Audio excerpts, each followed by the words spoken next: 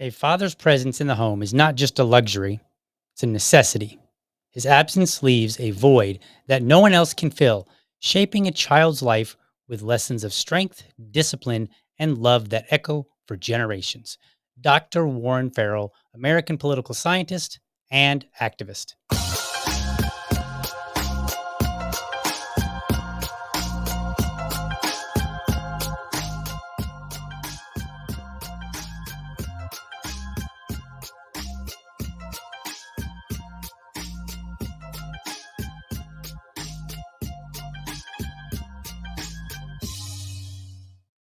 All right. Good morning. Welcome to another episode of the Liberty Dad podcast, a discussion on politics and culture. I'm your host, DL, America's most objective libertarian. If you're tuning in live, thank you so much for giving me your time so early. All right, folks, somebody do me a favor and tell me if you can see the feed on X, because from where I'm looking, it looks like the feed is kind of going, but it's not showing up. So I'm not really sure. I thought I had it all set it up, but it seems like it's showing that I'm live, and I can see where it like looks like it might be going, but maybe not actually playing. And if it's not, then I apologize, folks. In fact, I will. Yeah, it's just showing me that like I don't know. I don't know. I don't know what's going on here. X is not cooperating this week with me, and I don't like it. It's making me angry. You wouldn't like me when I'm angry. Not that anything really happens, but I'm just saying. So I'm going to type a message in here real quick. If the feed isn't showing, I will post later. Okay. So what? All right. So we'll do that. All right. So I don't know. Anyway, what are we going to talk about today? We are going to talk about Matt Walsh. Not really. We're going to talk about fatherlessness and this news story that came up recently. So let me put it up on the screen. We'll just dive right into it here. And then, of course, let's see here. There we go. Okay. Uh, Goodness, all these ads are so infuriating. Here's this story. So we're going to read through this story real quick. And we're going to talk about some things. So here is the story. Touch me and see what happens. New details emerge surrounding Frisco track meet stabbing and arrest affidavit. Now, if you heard, there was a stabbing recently, went viral on social media yesterday. Young black man basically stabbed a young white man. People are flipping out. They're losing their minds. They don't know how to wrap their heads around this and have a meaningful conversation. So I will do it for you on my dad talk today because I'm a dad and being a father is important to me. And so I want to make sure that we do it right and that we look at the data correctly. That's part of what this show is about. So let me read through this. We're going to skip down here. Let's see. The suspect accused of fatally stabbing a 17-year-old Frisco high school student at a track meet Wednesday morning reportedly confessed to the incident, claiming he was protecting himself, according to the arrest affidavit. One witness reportedly told police that the victim, Austin Metcalf, had told the suspect, Carmelo Anthony, he would need to move out from under his team's tent, the affidavit stated. Anthony is a student at Centennial High School, but was reportedly sitting under Memorial High School's school tent. Upon telling him this, the witness told police that Anthony opened his bag and reached inside. Touch me and see what happens, Anthony told Metcalf, according to a witness. Metcalf reportedly then touched Anthony, the witness told a responding officer, and Anthony told Metcalf to punch him and see what would happen. Soon afterward, the witness said Metcalf reportedly grabbed Anthony to tell him to move. At which point, the affidavit continues, Anthony reportedly pulled out what the witness recalled as a black knife and stabbed Metcalf once in the chest before running away. Metcalf reportedly started grabbing his chest and telling people to get help, the witness told police. The affidavit shows that another witness interviewed by police told the same story about the altercation occurring inside Memorial High School's tent.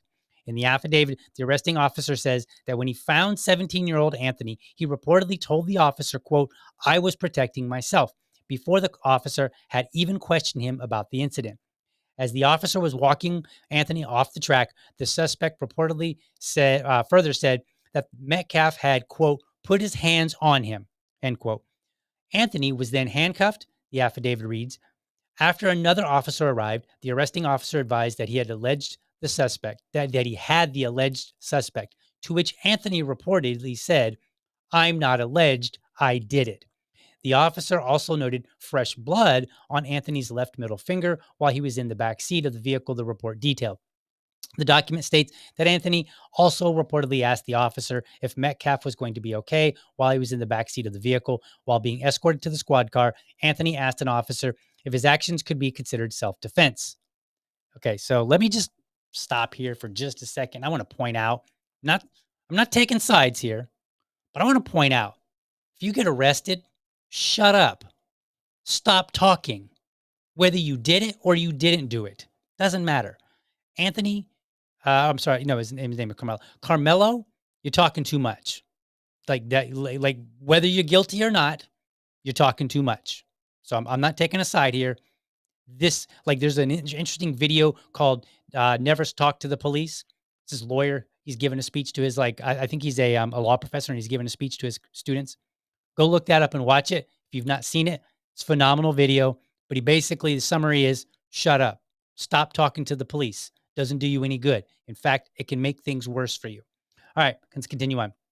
According to the affidavit, the knife Anthony allegedly stabbed Metcalf with was later found in the bleachers at the track. Anthony had reportedly thrown it there following the stabbing. Anthony is being held in the Collin County Jail, where his bond amount has been set to $1 million. Let's see. Do we need to read anymore? No, we don't. We don't need to read anymore. I don't think. That's basically the story. Okay, that's what happened. So let me go back here. This is where I want to. There we go. Okay, so that's what happened. It went viral all over. People were talking about it, and then I saw this post, and then there was this exchange. So this is kind of how the impetus of this particular episode came about. So let's take a look here. There we are. All right. So this is Matt Walsh. This is where Matt Walsh comes in. So he tweets out or post, if I told you that a young man stabbed another young man to death for telling him that he was in the wrong seat, and then I told you that one young man in this altercation was white and the other black, and then I asked you to guess the race of the assailant, every single person would know the answer immediately. Young black males are violent to a wildly, outrageously disproportionate degree. That's just a fact. We all know it, and it's time we speak honestly about it, or nothing will ever change. You know what, Matt? I agree that it's time to speak honestly about it, or nothing will ever change. However, you are not doing that. So let's continue on and let's see how this plays out. Uh, so then one of my friends, Karen Ann Harlos, she retweeted him. She reposted him. She took a screenshot. And can I just point out, I love you, Karen Ann. I think you're a wonderful person. But what's up with this white background here? Hmm? What's going on here? Why are you not using dark mode? This is unacceptable. You need to fix that. Anyway, so she tweets out, "Wow, POS post. I've told multiple public transit adventure stories. Each time I felt endangered has been by white males and once a white female. The one time a man stood up to protect the women and child on the train was a young black male to throw off two white crackheads lighting up. Go F yourself, Matt." Okay. Harsh words, but it is the internet. That's how things work. So then Matt comes back because he finds it. He comes across this and he says, "A woman with pink hair who thinks her personal anecdotes somehow override statistical data." Episode, and he gives a whole bunch of numbers. Okay, well, okay, fair enough. Let's continue on. Let's see what else what else plays out. So then your humble host comes along, and I respond to Matt's post, and I said, "First, you're talking to my friend all wrong here. It's the wrong tone." Which a lot of people misunderstood, by the way. That was supposed to be a Christopher Walken kind of like reference joke, you know, from the movie. Uh, uh, uh, I'm drawing a blank on the movie.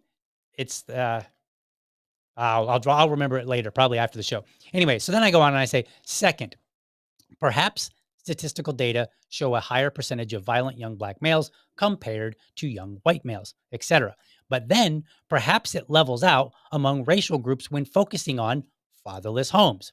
And by perhaps, I mean it does. At best, your statistic, which wasn't presented, was incomplete because you were busy focusing on race rather than a more valuable root cause. Right. So now I'm like, hey, look, now I'm not calling Matt a racist. I'm just saying, like, his focus is incorrect. And he also didn't throw any statistical data on there. He actually he actually presented what would be an anecdote. So like he fights an anecdote by criticizing the anecdote by talking about what would be an anecdote. Because he's like if I said this to a random person, they would say this. Okay, great. That's an anecdote. That's not data, right? So anecdote versus anecdote, not helping your case here, Matt. Anyway, let's continue on. Gets a little bit juicier here. So then somebody comes back at me and they say, your friend tells him, go F yourself, and you're telling Matt he's the one with the wrong tone. So again, I was trying to make a joke. Okay. I'm like, this is my friend talking to her wrong. Like I'm just making a joke, guys. Like, like I don't make jokes that often. The least you people could do is kind of get it when I make the joke or the reference. So, but maybe I should just be serious. Maybe I should be that dad, serious dad, and never jokes. It would totally throw my wife for a loop, but and everybody else that knows me. But maybe that's who I need to be. Anyway, this person, Roosevelt here, says, you can continue to pretend that there isn't an issue out of fear being called a racist all you like. You people, he literally says there's a fear of being called a racist and follows it with you people. Because yeah, that's the perfect combination of words, isn't it? You people twist the truth like balloon animals to dismiss the data. I mean, I like that analogy. I might use that in the future. I guess people do twist data to fit, their narrative, right? But I like it. I mean, that was clever. I'm going to give him credit for that. Him or her. I don't know who that is. So then I respond back to this person. I said, I have no fear stating what I believe are the facts. If you do, that's a you problem. I didn't dismiss data. I said Matt's focus was misplaced. Imagine if his original post read something more like, if one kid kills another kid and people were asked which kid lacked an active father, we'd all know who they'd pick. Right. So then I go on to say, let me bring this.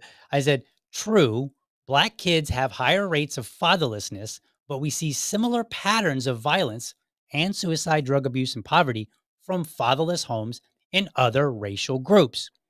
I'm not afraid to say fatherlessness rates are higher in the Black community any more than I'm unafraid to tell Matt and his legion of foolish followers that focusing on race lacks value and misleads people into ignorant thinking. I think that's the end of it, right? Yeah, that's the end. Okay. So that's where we are. I've made some claims. Now, I want to point out to you, if you remember episode 321, that was where I had Maj Touré of Black Guns Matter come on the show, and we discussed my almost fight with another dad at a park and the mistakes that I made in de-escalation. So when that, and if you didn't see it, I'll just kind of give you a quick summary. I went to the park. A man got upset at a woman. He started berating her, yelling. I was like, well, I can't leave because he's the only man. He's a man, and there's several women here. He's berating one of them. He's very angry. It was over one of her kids knocked his kid down. His kid got a bump on the head. It was really no big deal. So he's berating her, yelling and screaming. So I'm like, all right, well, I'm going to stay here because as the only other man here, I felt uncomfortable leaving the situation, knowing that what if he's assaulted the woman? So I stayed there. The nature of me is that when I get tired of something, all of a sudden I speak up and I no longer care who you are. And you can ask anybody that knows me. It doesn't matter if you're my wife, if you're my boss, if you're the CEO of a company. Once I get to a certain point, I'm going to tell you what I think. In my younger days, it was a bit more brash. Today, I have learned to tame my tongue just a little bit better. So anyway, when this man at some point, I kind of get tired of it, and I interject myself improperly. So there's a certain point where now this guy's yelling at me. We are nose to nose, more like this because he was taller than me. So we're nose to nose, and he's basically daring me to make a move. And I mentioned to Maj in that episode, I said, one of my wiser decisions was not to touch him. And I mentioned that I kept my hands open, my fingers spread out. So I didn't ball up my fist, right? And the reason I did that, reason I pointed that out, and the reason I did it is because even though I escalated the situation to that point, I had enough sense to understand that balling up my fist can lead to further escalation. Touching him would absolutely lead to further escalation. Even if I said, man, get back up, and I pushed him, that's effectively the same as a swing. It shouldn't be, but it is. Okay. And when we're talking about these kind of stories and the things that I'll be telling my son as he gets older, I will say, there is what should be and there is what is.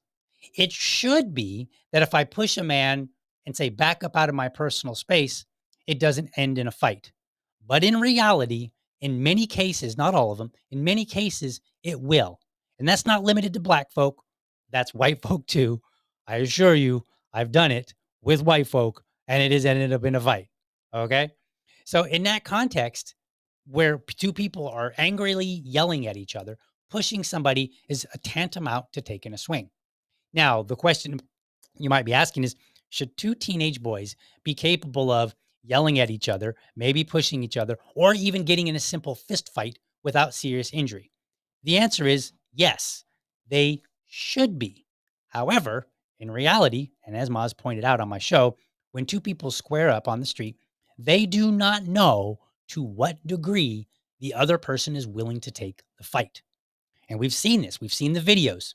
You know, two girls, there was this, I did a show where two girls got in a fight and one girl got the upper hand over the other girl and then started bashing her head on the concrete, right? And people were like upset, rightfully. And I was like, look, the girl didn't sign up to have her head bashed on the concrete. And Maj had made the point. He was like, you don't, like, yeah, maybe you didn't sign up for all of that, but you don't get that choice, right? Like, not in a street fight. That's not how they work, right? So again, there's what ought to be, and there's what is. So it's best to avoid these altercations. Furthermore, if you might remember in episode 428, Teaching Children Self-Defense, where I brought on my son's jujitsu coach, he made the point that one of jujitsu's advantages over martial art, over other martial arts, is that you have more control over the situation. So he's like, you put somebody in a hold, and he said you can have that hold tight, or you can make that hold loose, more loose, right? But he said compare that to, like, say, a strike. So let's say you take Taekwondo and you kick somebody, right? You're in a fight with somebody and you kick them. Once you kick them, you lose any control that you have over what happens. So, like, for instance, I once got into a fight and a kid pushed me and I stumbled back and then I tripped over something and I fell down. Now, luckily, we were in a park and I fell down basically on grass. I think I tripped over like a tree root or something, but and I fell down over on like grass and dirt, right? So I didn't like, but if it had been a parking lot, somebody could fall down and hit their head, right? Like those kind of things happen. So you don't have as much control over a strike. So it's again best to avoid fights because you don't know the ethos of the other person and the other person has a lot less control than you might like to think. They might just want to punch you in the head and that punch could lead to you being paralyzed or even worse, death, even if that's not what they intended. The situation here is tragic. There is no reason for Austin to have lost his life. Not even when you consider that he put his hands on another kid. It should have, at most, led to a fight that could have been broken up by a coach or somebody else. That's the most that it should have went. Now, Austin was wrong in touching somebody for the same reasons that I just laid out. You don't know to what degree they're going to take it. You don't know necessarily how they will take the interaction that losing my word here. You won't know how somebody else will perceive your actions, right? Like a push to me, if you push me, I'm not going to be like, oh, this dude wants to fight and I'm going to start swinging, right? I'm just going to back up and be like, dude, chill out, right?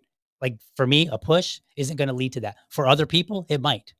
And then if it does lead to a fight, you never know what will happen in that fight. It's not like a boxing ring where there's a referee who's watching closely for how the hits are being made and saying, "Hey, that was below the belt," or what have you, right? Or breaking it up when it's getting to a point where it's like, "Hey, this is beyond the rules of what we've set."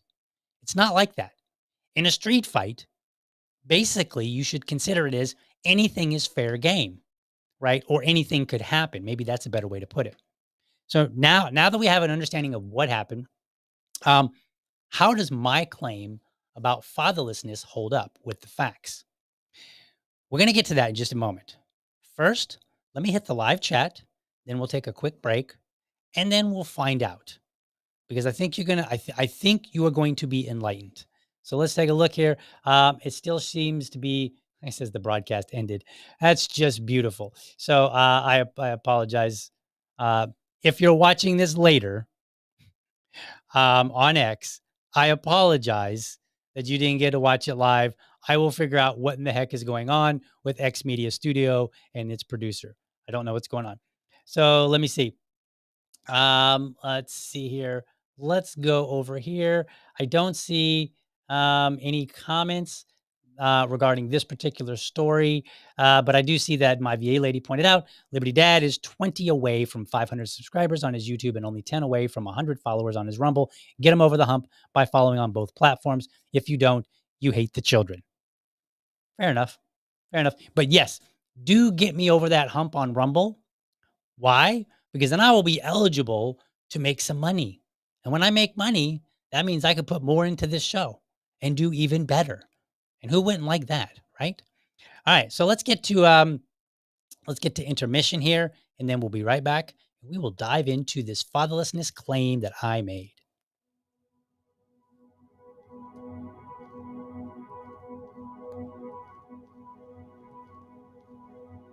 Let us make man. This is the scripture where God was talking about creating the human. And when he talked about creating the human, he said, let us make man. And for me, the us in let us make man entails and implies to me that I should be assisting God with making men. And this is where the X for Boys comes into play. This is the new man making machine in Albany, Georgia. We started the X for Boys program in January of 2019. Albany, Georgia is one of the poorest cities in the nation, and also Albany, Georgia has one of the highest crime rates in the nation. And so I took it upon myself to curb that by working with young men and boys in the community and teaching them how to work in the skilled trades, such as working on cars, fixing houses, simple home improvement, simple brake repair, oil changes, plumbing, anything of that nature, to try and help boys actually use their hands. I appreciate King Randall for taking the time out of his life to give us young men the opportunity to do things that can help us be better men and better people in life. The X for Boys is creating men that'll be self-sufficient, that will be able to protect their women and children, and will be able to go out and earn things for themselves. We do not teach victimhood. There is nobody holding us down. I am teaching the boys that they can go out and get whatever it is that they want when they want it to. They have the same Father as Jesus, and that is God. And so they are able to go and do whatever they want to. The scripture says, greater is the God that is in me than the God that's in the world. So it's up to us to teach them about the God that's in themselves and to create everything that they want. Let us make man. Follow us on social media at New Emerging King, and you can go to the xforboys.org for our website.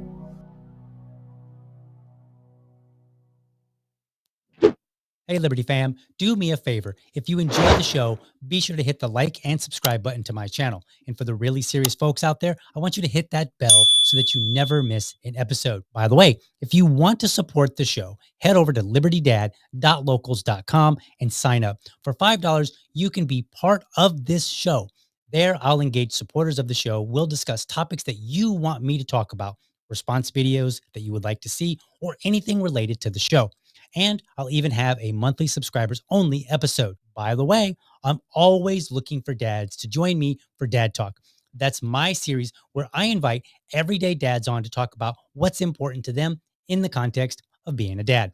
No argument, no debate, and dads choose the topic. It's my way of raising dad voices. If you're a dad or you know a dad who has something to say, let's get connected. Episodes air live on Friday mornings or Friday evenings, whichever works best for dads. All right, let's get back to the show. All right, we are back. Let's dig into this and let's look at some data, because that's what Matt Walsh wants. He wants some data, and that's what a lot of people were asking me. They were like, "Hey, do you have data to back this up?" So let me point out. So one person actually asked me. They were like, "Hey," they were like, "Do you have, they were like, do you have a source on per capita violence equaling out between the races when fatherlessness is controlled for?" And I gave them a whole bunch of links, and then they were like, "I didn't show it." So let's get into this. Let me show you a couple of the links that I presented to people as evidence, but I got more. I promise you, there's gonna be a lot here. All right, so this comes from AmericanExperiment.org. Fatherless figures. Okay, so let's go down here. I'm not going to read the whole thing. I'm just going to read the highlighted parts that I think are most important. Data from American Experiment's 2023 report dispelling the myth of unwarranted racial disparities in Minnesota's criminal justice system shows the ratio of Black to white criminal offenders for serious crimes is 10 to 1. Likewise, the ratio of Black to white victimization of these same crimes is also 10 to 1. Uh-oh. Doesn't look like this is going in my favor, does it, folks? Well, let's continue doing something very important: reading. Criminologists and other experts often use the phrase root causes to explain why these disproportions exist. High unemployment, low home ownership rates, poor generational wealth, lack of health care, and educational achievement are often cited as some of the root causes that lead to crime in the Black community. These issues are surface level compared to one so significant that it should be considered the quote father end quote of all root causes: the proliferation of unwed parents and fatherless families, or fragmented families, in the Black community. Going down, it goes on to say, in 2023, the Institute for Family Studies published an analysis in its report, Stronger Families, Safer Streets, indicating a total crime rate in cities with high levels of single parenthood are 48% higher than those with low levels of single parenthood. When it comes to violent crime and homicide, cities with high levels of single parenthood have 118% higher rates of violence and 255% higher rates of homicide. In contrast, public safety is greater in communities where the two-parent family is the dominant norm.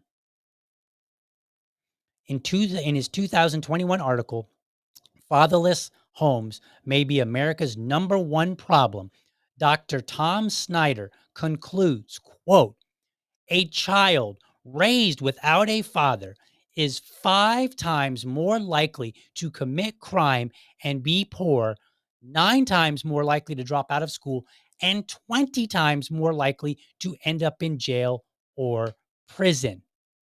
So they have done some studies on fatherlessness, and we have statistic after statistic of what happens in fatherless homes, and it's relatively consistent.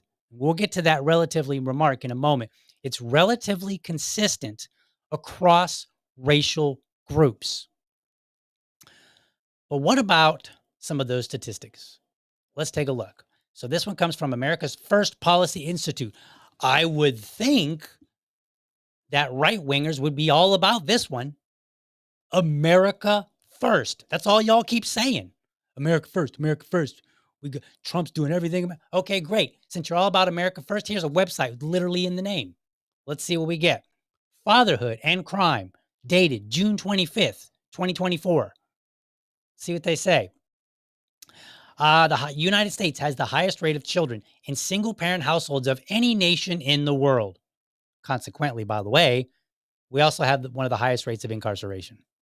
Throwing that out. There's more to it than just fatherlessness on the incarceration rates, but just pointing that out. There are over 18 million fatherless children in the U.S. That is awful. That needs to change.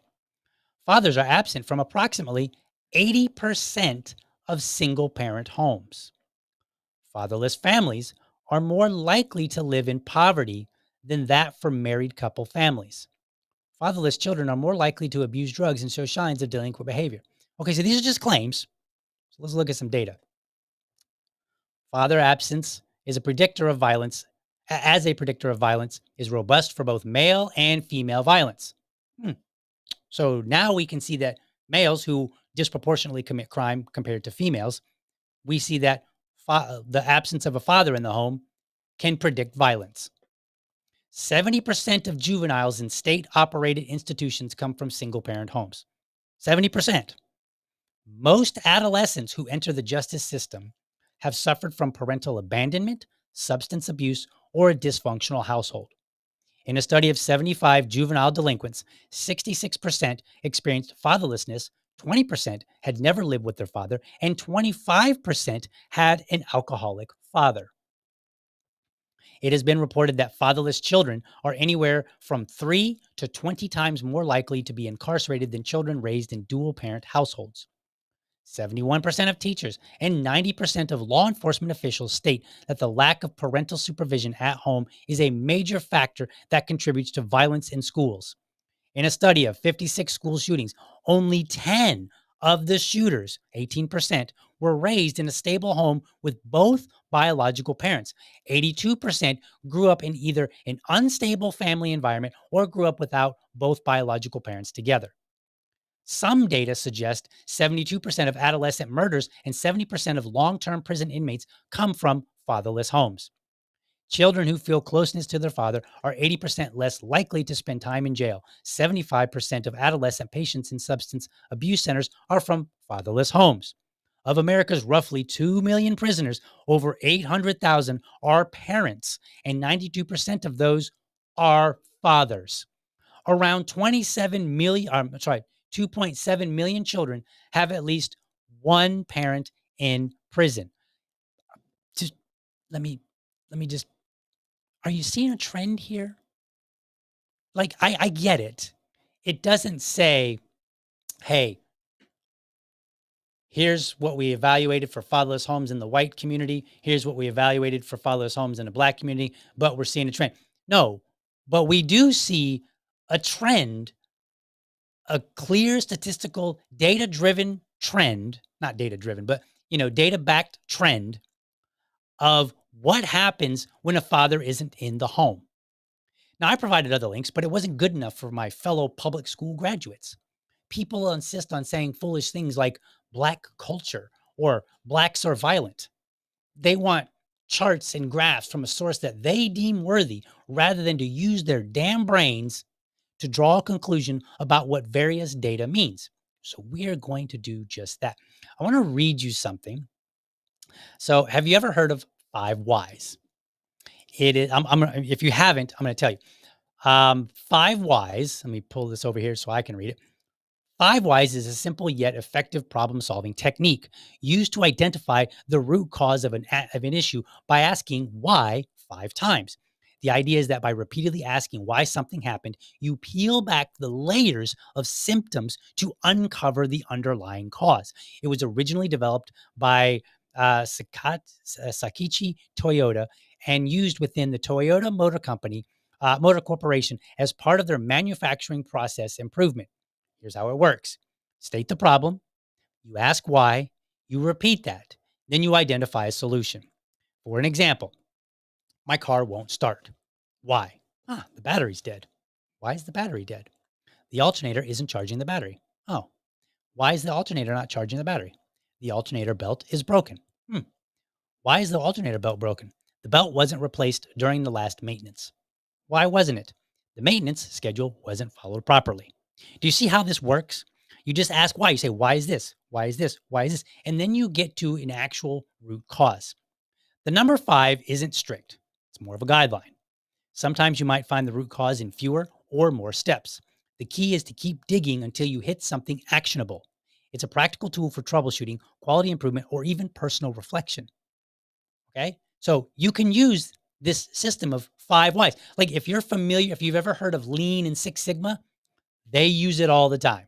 I used to use it once upon a time in a job where I interfaced with a lot of people that were doing Lean and Six Sigma. And so I would go out to production lines and I would have to ask why. Why is this happening? Why is this happening? Why is this happening? And then I would get to a root cause. And let me tell you something. Based on my experience, most people don't know this. And then they're not good at it anyway.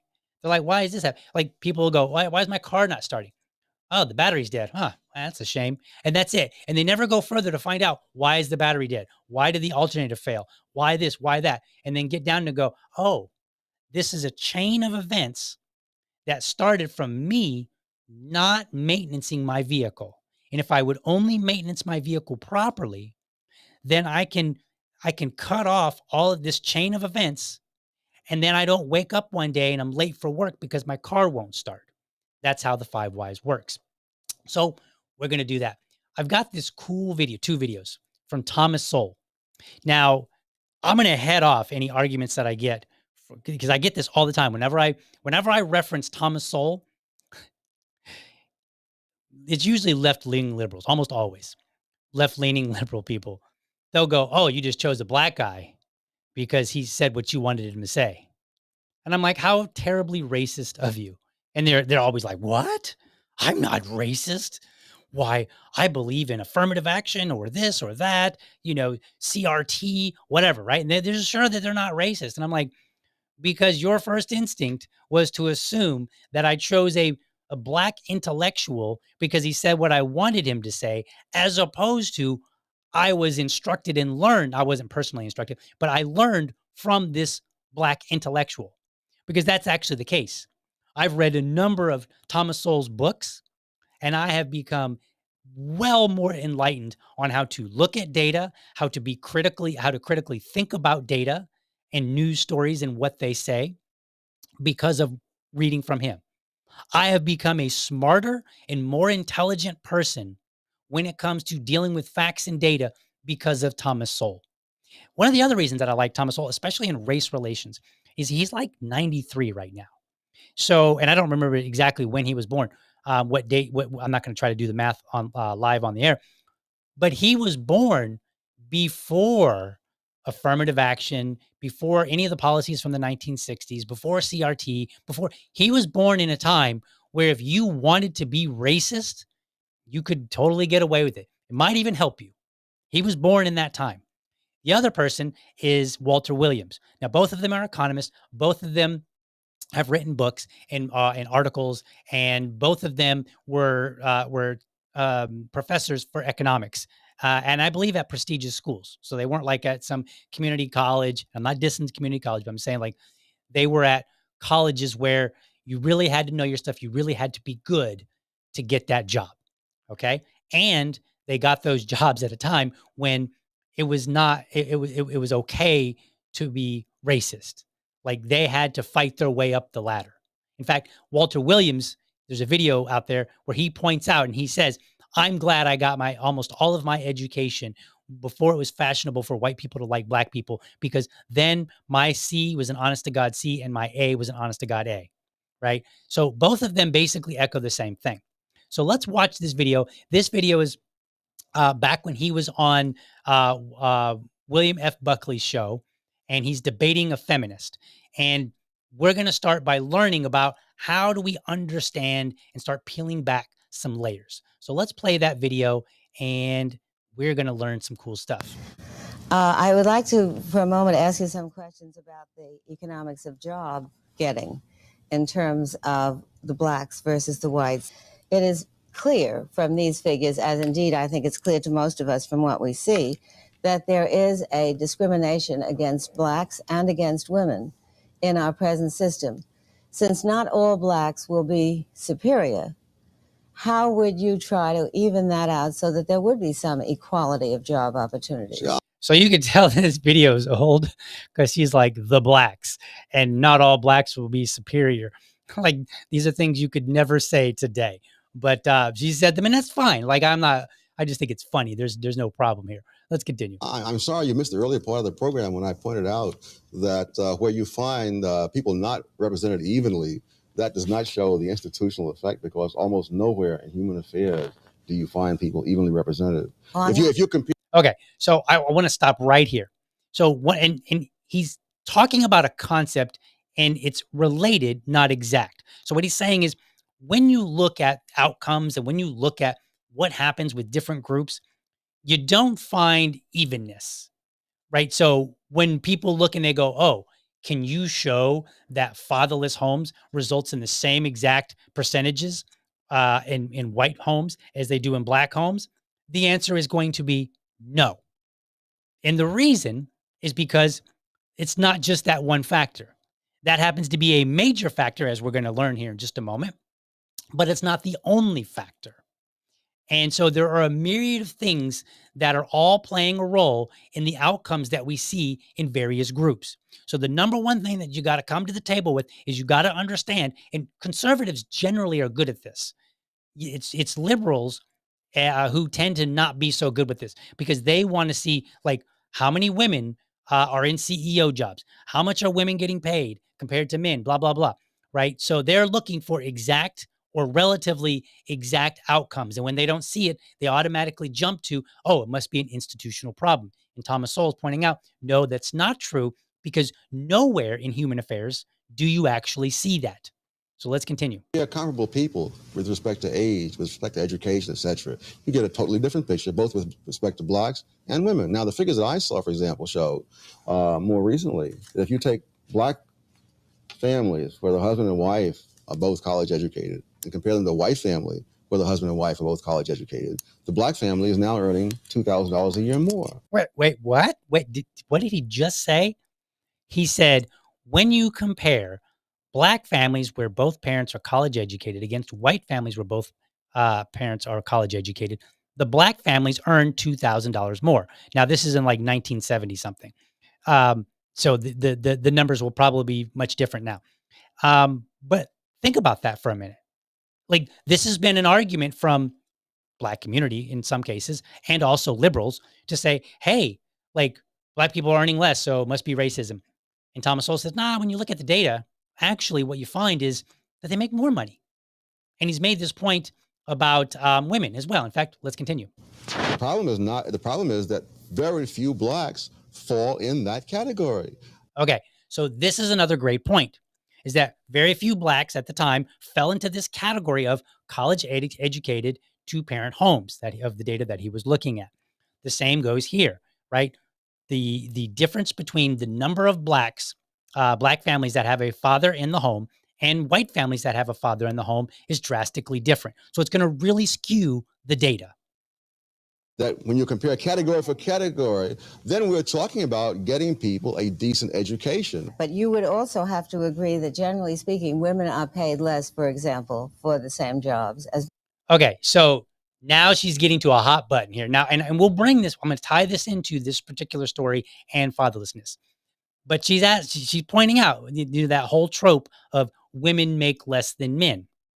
I want you to listen carefully to his answer because it's absolutely critical. No, I would not. I would not agree with that. If you're talking about women with the same number of years of experience, with the same continuous service, et cetera, then when I look at that, I don't find that disparity. I find, for example, in many cases, the women are making more, depending on how you break the data down. Okay, so again, depending on how you break the data down, you can identify and say, look, women are actually making more. So they're not making 70 cents or whatever, like 77 cents on the dollar, right? They would be making more. And it's about how you categorize them. And he's looking and he's saying, how are you comparing two things? Are you comparing them equally? Or are you only looking at the end result and then making an assumption and saying, well, based on this end result that I'm seeing, things are bad for this particular group? And what he's saying is like, no, like it's following my point about the 5 whys. You've got to dig a little bit deeper. Let's continue. The difference with women is between married women and everybody else. That's the real difference. Well, even as to single women, the Census Bureau statistics, the most recent ones I could find, 1978, say that single men are earning $11,100 and single women are earning $9,300. Yes, I love the word single that is used. When I did my study, I didn't use single, I used never married. You see, a woman who is single at age 40, having spent 10 or 20 years raising children, is really not quite the same as a man of age 40 who's been working continuously for 20 years. Okay. So now his point here is that you can get drastically different results by simply changing what you are comparing or comparing more accurately. So he's pointing out, if you have a man and you have a woman and they're both 40 years old and the woman is making less, his first question is, what have they been doing over the years, right? Why? What is going on? And so he starts asking questions, and then he finds out that, hey, this man here, let's say he was married, let's say both of them are married and they're from different homes. Okay. So they're different households. So the man who's now 40, let's say he's making $100,000, and the woman, let's say that she's making only $70,000. So it sounds like there's a disparity, like there's a problem. And he's saying, no, look, you're making an incorrect comparison. The comparison needs to account for what have they been doing that led them to this particular point. If the man for the last 20 years has worked at the same job for 20 years continuously without a break, then he's going to be at a certain point. But if the woman didn't even, like, let's say that the woman was a housewife, nothing wrong with that. But let's say she was a housewife between the ages of 20 and 30, and then she got a divorce. And then she spent the next 10 years building her career. Well, by the time they're both 40, you're not comparing the same thing, because the man has benefited from the fact that he was in a home where many things he might not have had to do, right? He was able to continuously work for 20 years, whereas the woman has only continuously worked for 10 years. So that's why he says, I want to compare unmarried women, because unmarried women have that same quality, that they have this continuous employment over time, in the same way that a man has continuous employment over time. As often as I pointed out in the 5 whys, it's just a matter of asking the right questions. Now, most conservatives, they love this debate. I've seen it. I've watched it. They're pointing out and they're like, oh, look at that. He dunked on that feminist. She doesn't know. The problem is they fail to apply it elsewhere, right? And this is where you can't just go, what does this chart say? Do you have a chart from a source that I will accept? No, you have to learn to understand the data, understand the arguments so that you can apply them with different data sets. So now let's move on. Let's get into this fatherlessness claim.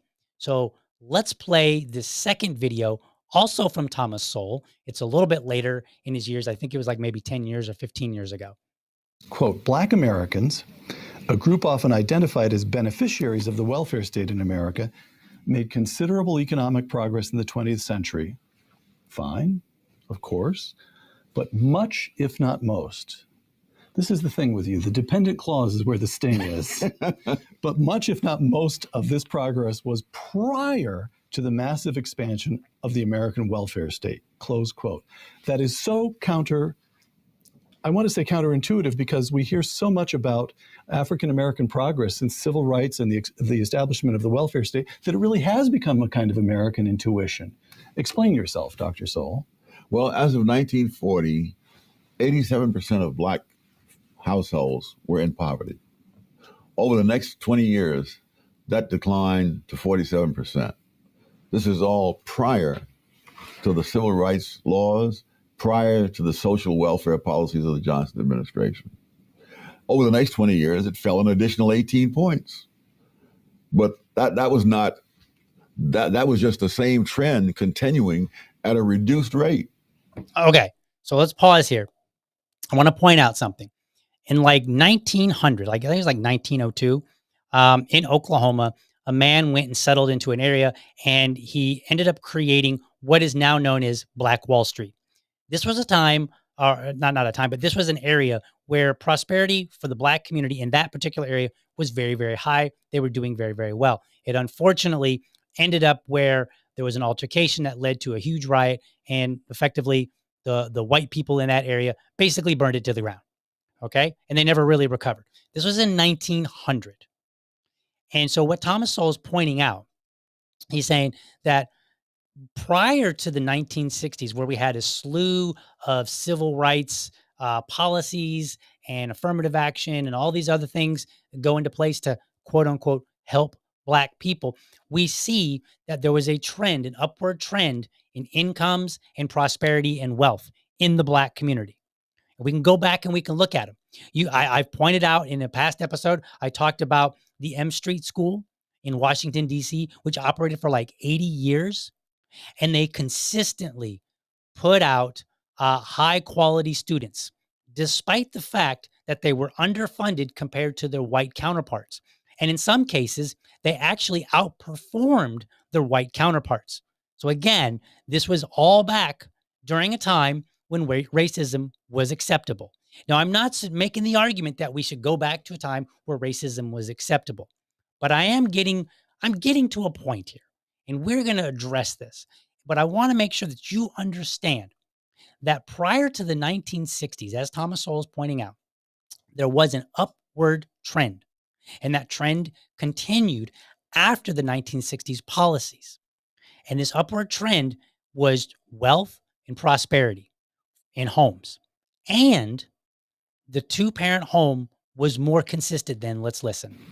Affirmative action is even worse, because as I remember, I'm trying to think now, the numbers. I think it was something like, poverty rate was something like 30% among Black households before affirmative action. And a decade after affirmative action, it was 29%. This is not the same as the 40% decline that occurred before there were any civil rights laws and before there was any social welfare state. And so what happened between 1940 and 1960 was the post-Second World War economic boom. It was that, right? but it was also the massive migration of Blacks out of the South. Okay, so let's pause here. Remember a moment ago where I said, hey, the reason that, Thomas Sowell pointed out in the previous video that even when you look at two groups, things are not going to always be the same. And that's because there are a number of elements that are at play that are contributing to the outcomes. So in this particular case, he's pointing out, he's like, look, one of the things that led to prosperity is that Black people started migrating away from the South. You can go look it up. I believe it's called the Great Migration. And you had a lot of Black people that just said, look, we're going to move elsewhere for whatever reason. it's racist here. I want better opportunities. I don't like the weather, whatever the case is. So you had a large migration. We're not talking about like one or two people moved. We're talking about like a substantial number of Black people literally moved out of the South. I'm not dissing on the South. I'm saying they moved. Well, when you move, that changes your circumstances. It also says something about you. If you stay, like if I grew up in a bad neighborhood and I just choose to stay there, well, then I'm staying with all the forces that are working to put me where I am. But if I leave, then I'm opening up the opportunity for different forces to be at work. And so what I'm getting at here is now we're starting to peel back some of these layers and we're saying, okay, well, the reason that people don't have the exact same outcomes exactly is because the exact same forces are not always at play, right? And that's why we see these differences. That's why whatever the data is on fatherless homes in white families is not going to be the exact same as in Black families. However, we still see a trend. So let's continue. So they're getting better education and jobs. That's right. Okay. Now, you mention cultural and social retrogressions. Again, I'm quoting you. Arguably, the most consequential of these was the decline in two-parent families. Yeah. Oh, well, wait a minute. What? Wait, the most consequential was the decline in two-parent families. That's interesting. Because I thought they were just Black, right? Like it's just a culture problem. Too much gangster rap, right? Am I right, my niggas? Right? That's what it is, right? That's what's called. They're just Black people are just, they're just violent. It's in their bones, right? That's weird because this guy here, whose whole world revolves around data upon data upon data, is now saying that the decline in two-parent families was a huge consequence. Let's listen. Yes. Close quote. Explain that one. Among African Americans. Yes. We're still talking about African Americans. Well, when they talk about things like this, they talk about the legacy of slavery. Right. And I argue, well, empirically, it's not that; it's the legacy of the welfare state. Because as of 1960, which is almost 100 years after slavery ended, the majority of Black kids were being raised in two-parent households. Oh, do you hear? Let's play that clip. Let's play that again. That is the legacy of the welfare state. Because as of 1960, which is almost 100 years after slavery ended, the majority of Black kids were being raised in two-parent households. So before the 1960s, the majority of Black children were raised in two-parent households. And we saw things like Black Wall Street. We can see how their incomes were already on an upward trajectory. We could see that they were migrating out of the South in order to find better opportunities. That seems kind of important, doesn't it? Right? Let's continue. But within one generation after the welfare state, that had dropped down to a minority. So that the majority of Black kids today are raised in one-parent households. What? So if you look before the 1960s, you can find data, Matt, and everybody else that's coming at me, you can find data that shows that Black wealth and Black prosperity was on the rise. This is not to say that they were all millionaires. This is just saying like you can see an upward trend. You can also find that their homes were more intact. And if you really dig in, you can find interesting stories of like after slavery where there were Black people who were alleged to have walked great distances to try and find their families. So after slavery, the family unit was still pretty cohesive in the Black community. And I've talked about this before in the book Up From Slavery by Booker T. Washington. He talks about the great efforts that him and other Black people went to provide education within the Black community.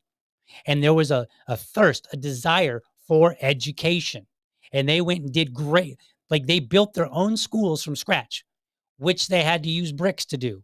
But they didn't have any money for bricks. So what did they do? They had to build their own kiln and then make their bricks and repeatedly try that over and over and over until they were able to get the bricks right. Then they could build the school. Then they could have their education. M Street School, 80-year period, where they consistently produced quality students that rivaled their white peers, despite the lack of funding, despite racism. When you look at that data, what do you find? You find, again, consistently two-parent homes. Let's continue listening. And then after the 1960s, we see a dramatic drop in a single generation. Very interesting. When you think about it, I mean, centuries of slavery and generations of Jim Crow did not destroy the black family, but one generation of the welfare state did. Okay. So after you ask, why is crime higher? Because I acknowledge that, yes, if you look at young black males and you look at young white males and you say, who has the higher rate of crime? Well, you say, okay, it's black people, it's young black males. Okay, fine. I'm good with that. No argument. And then a lot of people just stop there. They're just like, oh, must be in the culture. You know, I heard that song, that gangbanger song, and it was talking about shooting them up and, you know, bitches and hoes and all this other stuff. That must be it, right? There's no intellectual curiosity here whatsoever.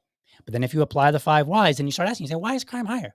Well, then you might conclude, hey, there's lack of education, there's poverty, there's also income issues. Then you say, okay, well, why is that? And eventually you get to fatherlessness as a precursor to violence. And statistics back that up. It's consistent across different racial groups. Now, it's not exact. As Sol pointed out in the first video, things are never exactly equal, but it is consistent. And you see that same trend. Sol and Williams both point toward policies of the 1960s, which did what he said slavery and even full-throated racism in this country could not do, destroy the black family. So now, if we're looking at asking ourselves why this, we can get to and say, wow, it really seems like these policies drove some really negative things. Now, I'm not taking black people off the hook, right? If you've committed a crime, you've committed a crime. Okay? Like, end of story. Like, this young black man, he's going to have to face the consequences of his actions. The question that we have to grapple with in society is, what kind of society do we want? In Wednesday's episode, I suggested we should be mindful when applying the law by the book. Today, I'm telling you, we need to be mindful when we look at the data, the questions we ask, and the inferences that we make. And we can look back and say, what is going on? Now, again, the black community, they need to deal with this. But the rest of everybody else, they also need to deal with it because we kind of got to live next to each other. And we all got to figure out what role are we playing in this. And if we're perpetuating policies that are destroying families, then perhaps we stop and we get rid of those policies. Perhaps we say, all right, you have a responsibility to change this. However, we are doing things that are contributing to this. So we're going to stop contributing to this, and then we're going to hold the demand on you, right? Even more. We're going to be like, all right, look, now you have even fewer excuses. Like, you didn't have a lot to begin with, because at the end of the day, everybody's responsible for their own actions. It doesn't matter. Like, yes, maybe this kid grew up in a home with no dad. Maybe he grew up in poverty. Maybe he grew up in the hood where other kids had no dads and they were in poverty and they were acting foolish. All that's fine. I have no problem acknowledging that, but he still has to deal with his actions because he's responsible for them. But we can look at it as a society and say, is the society that we want to build one where we implement policies that contribute to negative outcomes in the long term? The answer should be no. But we can't get to that answer if people are asking stupid questions or they're making stupid conclusions. So for instance, where is it here?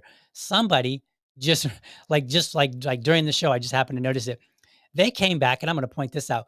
He came back and he said, it evens out when adjusted for IQ. That's actually not correct. In fact, I even did an episode on the folly of IQ and how people get it wrong. I don't remember what episode that was.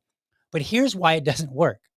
Because you would have to make the argument that IQs are lower today than they were in a time when there was more prosperity, less violence, and more intact homes. But, and you might make that argument, right? You might say, wow, looks like just black people are dumber now, right?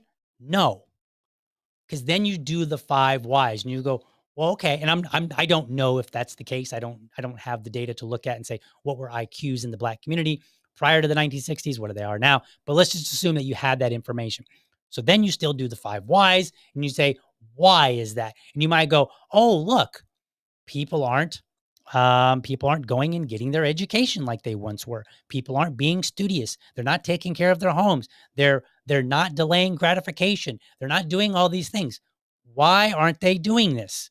Oh, is it because of there's no father in the home to say, son, get your ass to school, do your homework, get your butt home by 10 o'clock or whatever, 9 o'clock or whatever time, right? Is there not a father in the home to impose all those rules on a kid? Let me point out something. This is a work of fiction, but the reason that works of fiction are so good is because they reflect reality. So if you've ever seen the movie Boys in the Hood, it's an old movie with Ice Cube, and Ice Cube plays this character where his mom and dad are separated, they're divorced, and he's living with his mom, but for whatever reason, I think he's getting in trouble or something. And so she sends him to live with his dad. She's like, look, you need to live with a man so that a man can teach you how to behave and stuff. So he goes and he lives in the hood. It's like South Central or something like that, Compton or whatever. I don't remember which city that it's supposed to be in, but it's one of those type of cities where it's like an all black area and crime is very high. So he goes to live with his dad, and a friend of his gets shot by a gang. Now his friend is on the rise. He's doing well in school. He's got a scholarship for football. Like it's looking like he's going to make it out, and he just was in the wrong place at the wrong time, and he got shot by some dudes. And so then Ice Cube comes back, and he's in the house, and he's angry, and he's looking for a gun, and his dad comes in, and his dad's like, "Put the gun down," and he's like, and his dad's being forceful. He's like, "This is not where it's going to. This is not how you need to respond. This is going to make life worse for you." It's basically the gist. I'm very loosely paraphrasing it, but this is how the story goes. So his dad intervenes, right? And that's what a dad is supposed to do. A dad is supposed to be there for when that kid is angry or being a little bit more ornery than maybe mom can handle.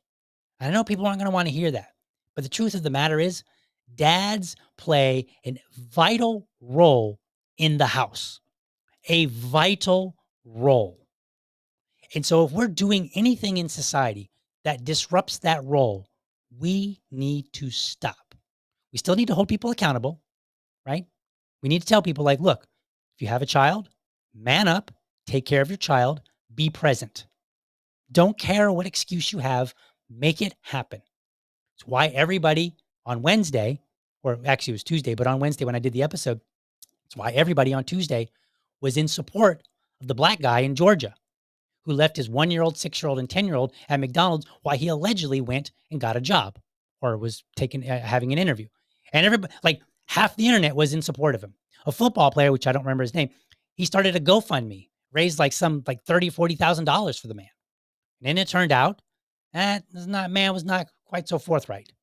He had went and applied for a job earlier in the day, like a couple of hours earlier, while him and his kids were at McDonald's. But then he was supposed to be doing something, and it was unclear what he was exactly supposed to be doing. And he was, walking back and forth to an apartment complex. So it's unclear exactly what he was doing the last I read. So now people are angry at him. But that's why people were supporting him in the first place, because we're like, look, we recognize that a father needs to be present. We recognize that a father needs a job so that his kids can look up and go, my dad went to work every day. That's the message that I receive. Go to work every day. My dad didn't get into fights with people. He didn't cheat on my mom. He didn't do this. He didn't do that. He didn't do all the. That's a man's job, is to raise his children and be the example for them. And it's a tough job. I mean, some things aren't tough. I mean, it's not really that hard not to cheat on your wife, not to beat her up, but it might be kind of hard if you're feeling kind of sick and you're like, man, I need to go to work, but I don't feel like it. Yeah, those times might be tough. And that's what your children are watching. So the fatherless homes are the core problem. But before that, if we're asking why, then we can look and say, all right, one of the contributing factors are the policies that we have implemented. Now, let me point this out because y'all are not going to like this. Policies implemented by white people. Black people didn't have the power in the 1960s. I mean, yeah, they had sit-ins and marches and stuff like that. But I mean, if you go back and you look, they didn't really have political power. So it was white people that did it. White people contributed to what we have going on now. And other people. I mean, predominantly white people, right? So you need to come to terms with your own actions in the same way that people in the Black community need to come to terms in their own actions or with their own actions. Everybody has their role to play. Everybody has their responsibility to accept. But more importantly, the first thing that we have to do is to learn to look at data, ask questions, and dig deep. And people aren't doing it. They make up stuff and they're like, oh, they're just violent people. That doesn't, what does that even mean? That means nothing. There's no such thing as a violent people. And then when you look back in history, you find out like, well, why weren't they violent here, but they were violent here? Huh? What happened? How did they all of a sudden become violent? Right? That doesn't make any sense. It's because of policies that destroyed the Black family. Policies that we don't really see impacting other families. We could ask why. I don't have time to go into it, but I think you get the gist. So let me end on this.